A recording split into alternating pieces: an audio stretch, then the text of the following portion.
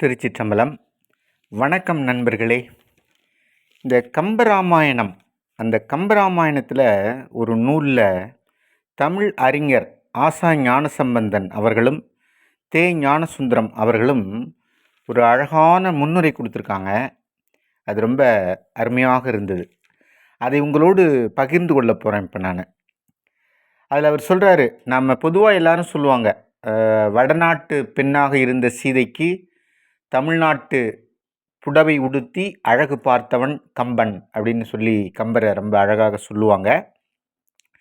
அதைத்தான் இங்கே இந்த தமிழ் அறிஞர்கள் குறிப்பிடுறாங்க. கம்பநாடர் சேர்த்தது மட்டுமல்ல, அவர் விடுத்ததும் காப்பியத்திற்கு அழகு சேர்த்திருக்கிறது அப்படின்னு. அவர் எதையெல்லாம் விட்டார், எதையெல்லாம் நீக்கினார், அல்லது எதையெல்லாம் மாற்றினார் அப்படின்னு ரொம்ப அழகாக அவர்கள் சொல்கிறாங்க. அதாவது வால்மீகியினுடைய ராமாயணத்தில் இருந்த சில பகுதிகளை கம்பர் அருமையாக மாற்றி அமைத்திருக்கிறார், சிலவற்றை விடுத்திருக்கிறார். அதில் ஒன்று, சீதையை கவர்ந்து போகிற காட்சி. விராதன் அப்படிங்கிறவன் என்ன பண்ணுறான்னா, அவளை தூக்கி இடுப்பில் வைத்து கொண்டு கவர்ந்து போனான் அப்படின்னு காமிக்கிறார். ஆனால் இங்கே அதை கம்பர் மாற்றுறார். மாற்றி அவள் மேலே கையே படாமல் ராவணன் அகழ்ந்து அந்த இடத்தோடு அப்படியே பூமியோடு அகழ்ந்து எடுத்து கொண்டு போனான் என்று காட்டுகிற அந்த பகுதி நயமிக்க பகுதி. இதை ஆரண்ய காண்டத்தில் அங்கே வால்மீகியினுடைய பகுதியில் சொல்லுகிற போது ராமன் ரொம்ப கோவப்பட்டு சொல்கிறான், புண்ணியனே, ஜனகன் மகளும் கற்பொழுக்கம் நிறைந்தவளும் இன்பமாய் வளர்ந்தவளும் அரசகுல பெண்ணும் புகழ் பெற்றவரும் என் மனைவியுமான இவள் விராதன் இடுப்பில் நசுங்கி துடிப்பதை பார் அப்படின்னு சொல்லிட்டு, கைகேயி இதுக்கு தான் ஆசைப்பட்டாங்களா? கைகேயினுடைய விருப்பம் கைகூட பெற்றதா? இலக்குவனே, தந்தையும் அரசையும் இழந்ததனை காட்டிலும் சீதையை பிறன் தொட்ட இதுவே எனக்கு பெருந்துன்பம் தருகிறது என்றான் அப்படின்னு ஆரண்ய காண்டத்தில் பதிவு செய்திருக்கிற அந்த பகுதியை மாற்றி அமைக்கிறாரு கம்பர். அது மட்டுமல்ல, அந்த மானுக்கு பின்னாடி போயிட்டு திரும்பி திரும்பி அந்த தவக்குடிலுக்கு திரும்பி வருகிற போது சீதையை கவர்ந்துட்டு போயிடுறாங்க இல்லையா? அந்த டைம்லேயும் அதே நினைச்சு வருத்தப்படுறார்.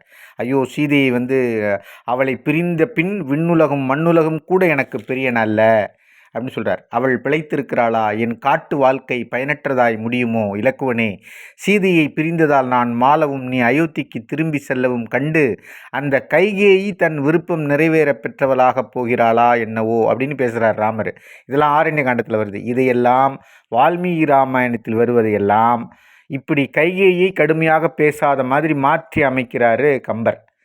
கம்பராமாயணத்தில் என்னென்னா, ராமன் கைகேயை இகழ்வதாக ஒரு சொல்லும் கூறவில்லை. விதியே காரணம்னு சொல்கிறார். காடு போவதற்கு கைகேயி காரணம் இல்லை, விதிதான் காரணம்னு சொல்லிக்கிறார். சீதை கூட பேச்சில் கைகேயை பழித்துரைப்பது போல வான்மீகி வைத்த பகுதியெல்லாம் நீக்கி இருக்கிறாரு கம்பர் அப்படின்னு ரொம்ப அழகாக சொல்லுகிறார். அதுபோல் மாயமான் பின்னாடி சென்ற போது இலக்குவனை சீதை கடுமையாக பேசியிருக்கிறாங்க வான்மீகி ராமாயணத்தில், கொடும் சொற்கள். ஆனால் அதையெல்லாம் மென்மையாக்கி வெறுவலை நின்றனை வேறென என்று வினவுவதாக காட்டி அவள் மனதில் பீரிட்டெழும் ஆத்திரத்தை நாகரிகமாக புலப்படுத்தும் அழகு கற்பவர் உள்ளத்தை கொள்ளை கொள்கிறதுன்னு சுட்டி காட்டுறாங்க. இது மட்டுமல்ல, இவற்றிலும் மேலாக அகலிகை, தாரை, மண்டோதரி அந்த 3 பெண் கதாபாத்திரங்களை மிக அருமையாகவும் உயர்வாகவும் படைத்திருக்கிறார் கம்பர் அப்படின்னு காமிக்கிறாங்க. அதாவது வான்மீகி ராமாயணத்தை காட்டிலும் கம்பர் ராமாயணத்தில் வான்மீகியில் அகலிகை கெடுக்கப்படவில்லை, தானே கெட்டுப்போனாள். அவளுக்கு வந்தவன் இந்திரன் என்று தெரியும். ஆனால் கம்பரின் கதையில் அவள் கெடுக்கப்படுகிறாள். வான்மீகியின் அகலிகை இந்திரனோடு கூடியது அறிந்து செய்த குற்றமாக அமைய அது கம்பரின் அகலிகைக்கு அறியாமல் நிகழ்ந்த விபத்தாக அமைந்துள்ளதுன்னு ரொம்ப அழகாக அதை மாற்றி அமைத்திருக்கிறார் கம்பர் அப்படின்னு அந்த பகுதியை சொல்லுகிற இடம் ரொம்ப கம்பரின் மேன்மைக்கு, ஒரு பெண் கதாபாத்திரத்தை எப்படி உயர்வாக படைக்க வேண்டும் என்று அறிந்து படைத்திருக்கிறார் கம்பருடைய பேனா. மிக அழகாக நாகரிகத்தை கடைபிடித்திருக்கிறது அப்படின்னு சொல்லுகிறாங்க. அதே போல் தாரியம் வாலியின் இறப்புக்கு பின் சுக்ரீவனோடு மனைவியாகி அவனோடு கூடி மகிழ்ந்ததாக காட்டியுள்ளார் வான்மீகி. கிஷ்கிந்தைக்கு ஆத்திரத்தோடு சென்ற இலக்குவன் முன் அவள் சுக்ரீவனோடு கூடி கிடந்த கோலத்தோடு தள்ளாடி கொண்டு நின்றாள் அப்படின்னு இருப்பதை, ஆனால் கம்பநாடரோ அவள் கைமை கோலத்தோடு சுக்ரீவனுக்கு அறிவுரை வழங்கும் உயர்ந்த பாத்திரமாக படைத்திருக்கிறார்னு சொல்கிறாங்க.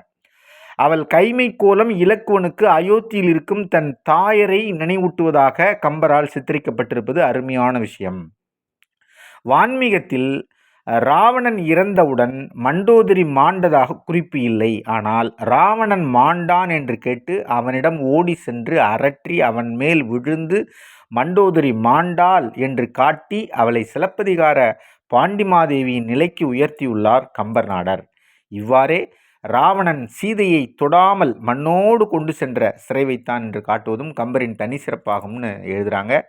இவையெல்லாம் கம்பநாடர் பண்பாட்டின் காவலராய் இலக்கியத்தால் மக்கள் வாழ்வை உயர்த்த உழைத்த கவிதை வேந்தராய் திகழ்பவர் என்பதை காட்டுகின்றன அப்படின்னு ரொம்ப அருமையாக கம்பரை புகழ்ந்து இந்த 2 தமிழ் பெருமக்களும் அந்த முன்னுரையில் பதிவு செய்திருக்கிறாங்க. ரொம்ப அழகான விஷயம் இது. அப்போது ஒரு பாத்திர படைப்பு என்பதை ஒரு மூல நூல் வான்மீகி எழுதியிருப்பதை அப்படியே பெயர்த்து விடாமல் அதை அருமையாக மொழியாக்கம் செய்து தமிழகத்தினுடைய கலாச்சாரத்திற்கு பண்பாட்டுக்கு ஏற்ற வகையில் அதை நாகரிகமாக மாற்றி அமைத்திருக்கிறார் கம்பர். பண்பாட்டோடு கலாச்சாரத்தோடு மாற்றி அமைத்திருக்கிறார் கம்பர் என்பது ரொம்ப அருமையான பகுதி. அதிலும் குறிப்பாக அகலிகையை பற்றி சொல்லுவதும் மண்டோதரியை பற்றி சொல்லுவதும் தாரையை பற்றி சொல்லுவதும் அதில் இருக்கிற அந்த பகுதிகளை நீக்கி அந்த கதாபாத்திரங்களை பெண் கதாபாத்திரங்களை மேன்மைப்படுத்தி உயர்த்தி இருக்கிறார்ல, ஆஹா, கம்பரின் பேனாவுக்கு ஒரு பெரிய மாலை சூட்டலாம் அப்படின்னு தோணுகிறது. தொடருவோம். நன்றி. திருச்சிற்றம்பலம்.